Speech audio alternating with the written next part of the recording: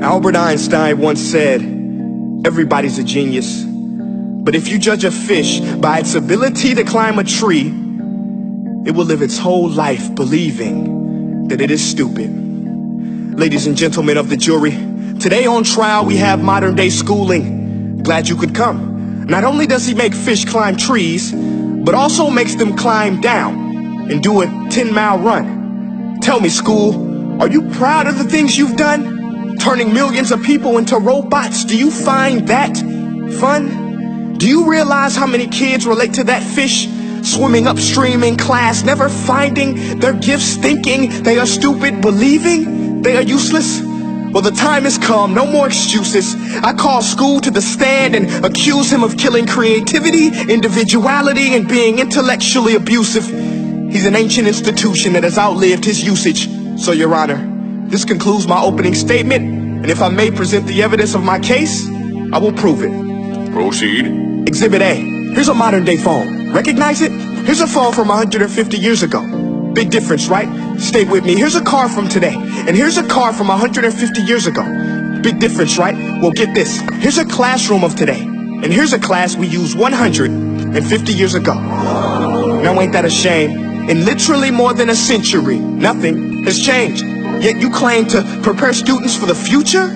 But with evidence like that, I must ask, do you prepare students for the future or the past? I did a background check on you and let the record show that you were made to train people to work in factories, which explains why you put students in straight rows, nice and neat, tell them sit still, raise your hand if you want to speak, give them a short break to eat, and for 8 hours a day, tell them what to think. Oh, and make them compete to get an A letter which determines product quality, hence grade A of meat.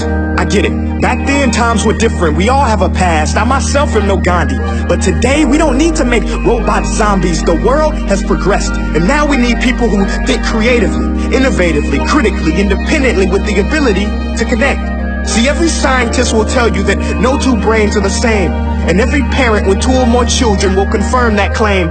So please explain why you treat students like cookie cutter frames or snapback hats, giving them this one-size-fits-all crap. Watch your language. Sorry, Your Honor, but if a doctor prescribed the exact same medicine to all of his patients, the results will be tragic. So many people will get sick, yet when it comes to school, this is exactly what happens, this educational malpractice, where one teacher stands in front of 20 kids, each one having different strengths, different needs, different gifts, different dreams, and you teach the same thing the same way?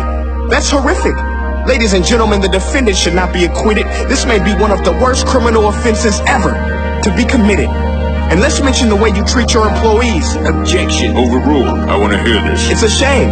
I mean, teachers have the most important job on the planet, yet they're underpaid? No wonder so many students are short-changed. Let's be honest. Teachers should earn just as much as doctors, because a doctor can do heart surgery and save the life of a kid, but a great teacher can reach the heart of that kid and allow him to truly live. See, teachers are heroes that often get blamed, but they're not the problem. They work in a system without many options or rights. Curriculums are created by policymakers, most of which have never taught a day in their life. Just obsessed with standardized tests. They think bubbling in a multiple choice question will determine success. That's outlandish. In fact, these tests are too cruel to be used and should be abandoned, but don't take my word for it. Take Frederick J. Kelly, the man who invented standardized testing, who said, and I quote, "These tests are too cruel to be used and should be abandoned." Ladies and gentlemen of the jury, if we continue down this road, the results will be lethal. I don't have much faith in school, but I do have faith in people. And if we can customize healthcare, cars, and Facebook pages, then it is our duty to do the same for education, to upgrade and change and do away with school spirit, because that's useless. Unless we're working to bring the spirit out of each and every student, that should be our task. No more Common Core. Instead, let's reach the core of every heart in every class. Sure, math is important, but no more than art or dance. Let's give every gift an equal chance. I know this sounds like a dream, but countries like Finland are doing impressive things. They have shorter school days, teachers make a decent wage, homework is non-existent, and they focus on collaboration instead of competition. But here's the kicker, boys and girls. Their educational system outperforms every other country in the world. Other places like Singapore are succeeding rapidly. Schools like Montessori, programs like Khan Academy, there is no single solution. But let's get moving, because while students may be 20% of our population, they are 100% of our future. So let's attend to their dreams, and there's no telling what we can achieve. This is a world in which I believe, a world where fish are no longer forced to climb trees. I rest my case.